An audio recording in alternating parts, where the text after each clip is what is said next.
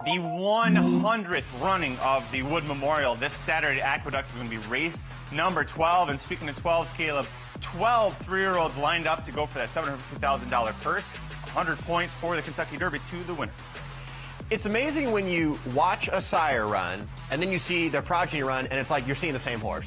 And when I look at Rodriguez, okay, Rodriguez gave us our first 100 buyer of the year in that maiden score. But if you look at his sire, Authentic, when he lost 2 races, one in the Santa Anita Derby versus Honor AP and one time in the Preakness, when he was on the outside, he got unfocused sometimes. Authentic needed the rail and the lead, and for Rodriguez, who was, a good second here behind Citizen Bull, he's going to have every chance to get the rail and get the lead on Saturday. Bob Baffert with a plethora of riches here, sending horses to Aqueduct, Gulfstream Park, and he sends Rodriguez here, but he's going to break from the rail. Maybe holding that rail like his sire will help him out. On the direct outside of him, post number 2, Captain Cook. Talk about a horse with some huge upside. Began the career with Norm Cassie, part of that Mary Lou Whitney Stables dispersal sale. Gabby Gaudet said she and Norm were very sad to see this horse leave, and in 2 races since then, you can see why. Go back and watch the only loss for this horse. Horse got an awful trip at Churchill Downs, and other than a really bad trip, he's never lost a race. He blew out the maiden by 9. He gets this mile on an 8th very easily. 94 buyer for this one. That's actually better than the last 2 winning buyers of the Wood Memorial. And Rick Dutrow, again, we saw it with White Abario, he spaces out the races and the works a little bit more than your typical trainer. So horse hasn't run since February 1st and should be sitting on go. This was the plan the entire time, as you mentioned, by Dutrow to keep the horse spaced out. And he shows up in the Wood with a big chance.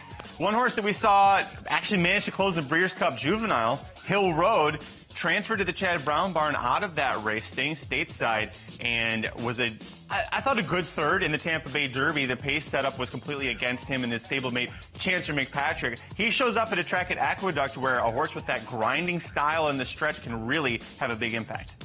A big field where the pace could intensify, and Joel Rosario sitting in the back of the pack ready to close with a talented horse. And when I think of Hill Road, I keep on thinking this horse is working off the charts into the Breeders' Cup. I think Andy Harrington had him working like B pluses, and he was what? He was 60-1, and he ran 3rd. So this horse really showed well when he got to America and started training over the dirt. As always, the Kentucky Derby prep races are part of that money back special. Caleb, for this race, you get up to $20 back if the horse finishes 2nd or 3rd. Where are you going? I'm going to go with Sand Devil here for Linda Rice.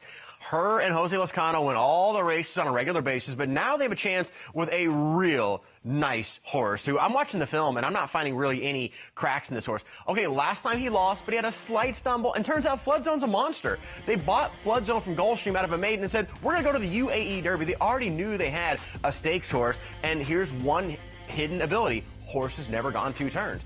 Look back at those first 2 races. He ran perfect, was stalking from the rail, taking over without asking. When he won by 12, it was a no-ask Nancy. And I'm telling you right here, one thing I like about this horse, when he won by a small margin, the Damon Runyon, Lezcano and another horse was coming down to the wire, and basically they quit riding. And I'm telling you, they knew that however many times they went around, the horse on the outside was never going to be able to go by Sand Devil. So I really like the ability. The bottom side of the pedigree can run forever. There was a stakes winner at Saratoga going long. Give me Sand Devil here with the bottom side pedigree. Linda Rice bidding to get to the Kentucky Derby. Dam Sires, Mine Shaft, that's one of those sires that's never going to produce someone that's super sexy on paper, but man, they're hard triers. For me, though, a horse we haven't talked about, Grande for Todd Pletcher, a son of Gun Runner, 2 for 2, or broke the maiden very impressively, I should say, last time out, and is going to head to New York, straight into a Kentucky Derby prep race. Todd Pletcher trying to split him up from Disruptor. They both had a lot of potential. Disruptor, a bad trip into Florida Derby, got squeezed back too early, but Grande, more of that grinding, loping along style that I don't think for the Kentucky Derby is going to work, but for this race and then for the Belmont later on this summer, I'm going to go with Grande. Todd Pletcher, Dylan Davis, and getting 6-1 on that horse. So even if he finishes 2nd or 3rd, it's a good gamble for me because I'm going to get a nice price on him. I've played 2 mandatory pick 6s this year at Gulfstream Park. Both times I got booted out by Dylan Davis. Not that I have anything against Dylan Davis, but I realized, wow, he's been at Aqueduct for a long time. He's come to Gulfstream Park, and he's shown this year that he is an elite rider. Dylan Davis, part of that elite group coming back to New York. Money back special, road to the Kentucky Derby prep races. Opt in on your FanDuel Racing app. Our best promotion going right now for current FanDuel customers.